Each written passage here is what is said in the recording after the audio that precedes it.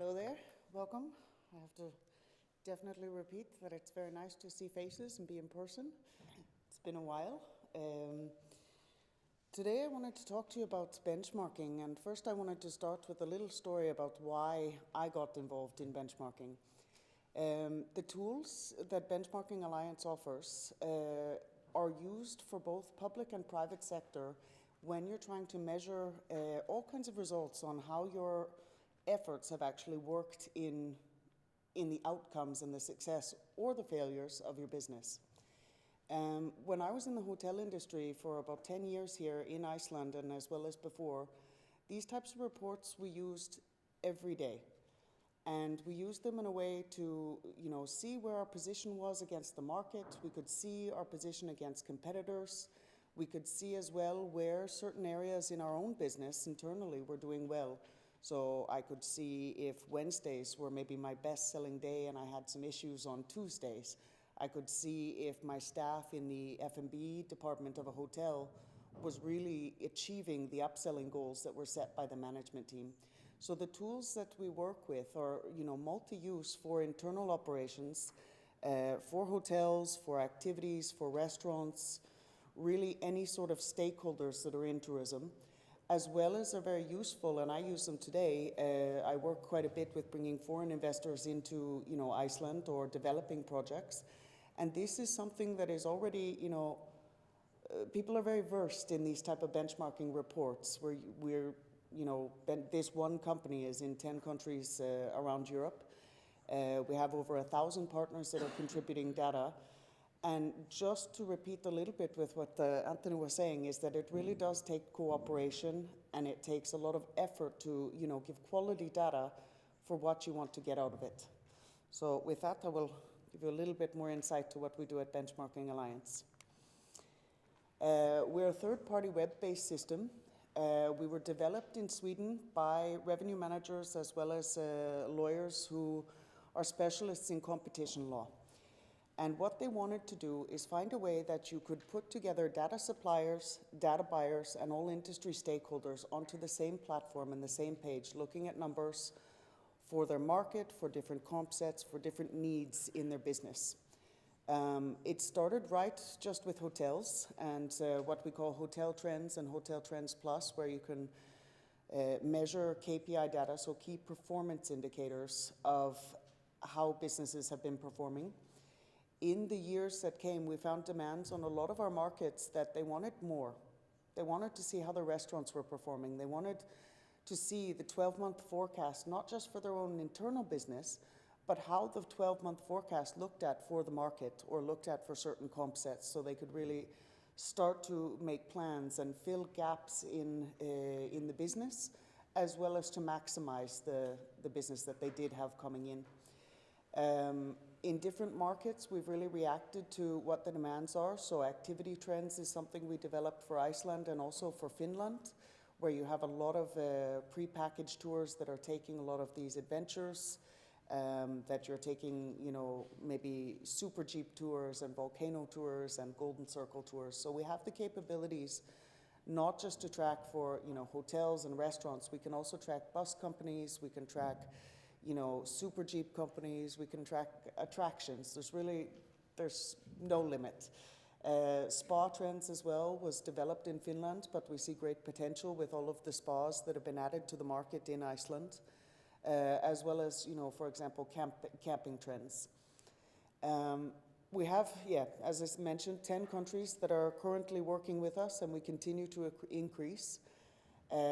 We had about 1,000 partners, but since COVID, we've actually managed to add another 300 of companies who really maybe didn't see the value in looking at these numbers on a whole. They were a small operation and suddenly have decided, wow, we really need to look at our own position, but also where do we stack up against the market?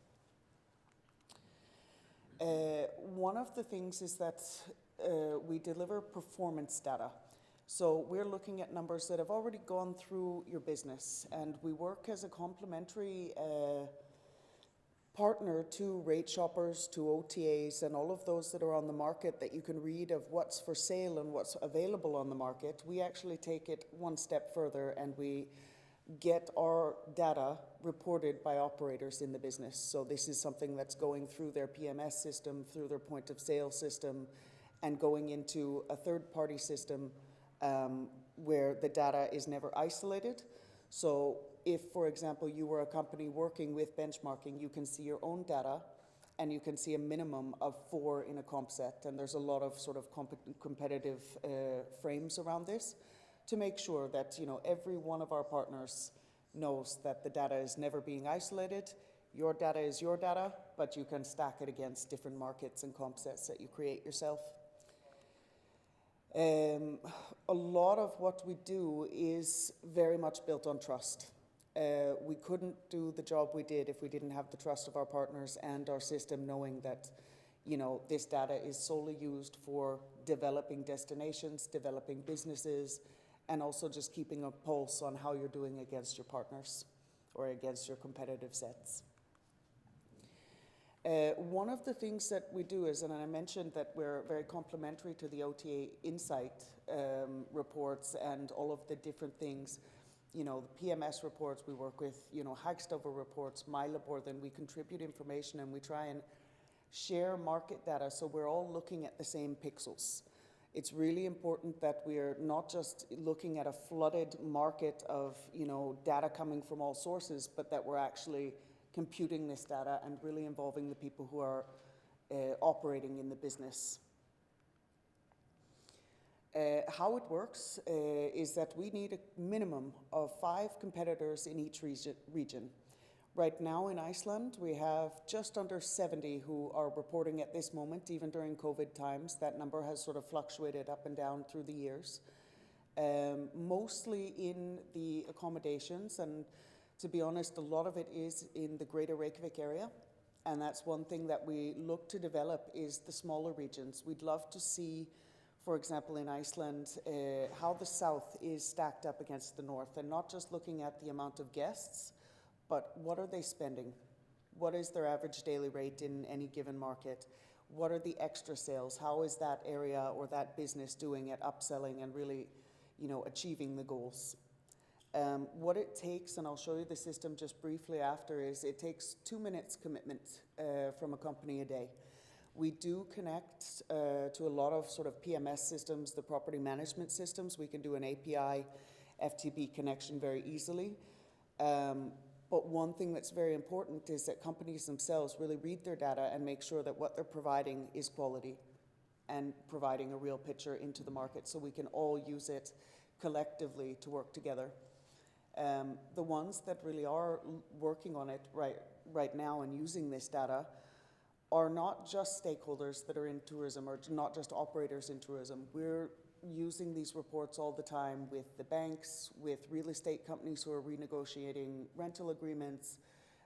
We have other partners who are maybe competitive to Iceland who are looking at this. So we work with all of the, you know, visit offices or the, you know, the meeting and events offices.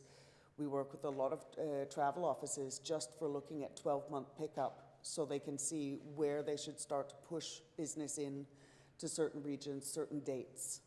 And yeah, this is something that we take very seriously when we work in with our partners in providing the best data that we can, not only for one region, but when we look at comparison regions. So now I think I will just open the system and show you a little bit. But this is just one example I wanted to pull from 2019. And this is why it's so important that we collect more data contributors. The growth that has come in Iceland, we went through a stage of hypergrowth. And with the new volcano erupting and with the, you know, limelight sort of shining on Iceland, we don't seem to have a problem getting people back, but we need to make sure that we get them back at a sustainable level and that we see what's happening in each region. So for example, in South Iceland in 2015, there were 1,400 hotel rooms, give or take. In 2019, that number had increased dramatically. The hotels that we see right now and why we can't share data for example, the south of Iceland, is because they're all from generally the same companies, and this goes right against our competition guidelines. So for every area in Iceland, we are collecting data and yet we can't show it because we need more partners who are giving their information into this one platform. If I could just go onto the system here. So just to give a view of how it works, I decided to take Bergen as an example for today. I will show you some Icelandic statistics, but we work on an overview dashboard where you can slice and dice your data absolutely how you'd like to see it. So for example, in just the hotel trends, we can give you a report of your RevPAR, your revenue per available room. We can give you average daily rate, occupancy, sold rooms. When we go into Trends Plus, we can give you your extra revenue. So if I just look, for example, and I want to know what's the RevPAR for Bergen boutique hotels in the last weeks. And your benchmark is always going to be the red. So you can see here that you're really doing well on some days, but your benchmark is doing much higher when they're competing, and this would be the minimum of 4 that they're competing against. If I wanted to look into how is this hotel doing at selling extra revenue, so they're not doing great maybe at the room rates, they're selling too low, their occupancy, maybe they're not selling enough, but right away it's very clear someone's doing well at upselling in this property in particular against the comp set. So all of these types of information can be used, and sometimes you'll see maybe the person that's working on Fridays, Saturdays, Sundays is doing a great job at selling, and the ones on the weekdays need a little bit of extra training, need a little bit of extra incentive to bring up the numbers.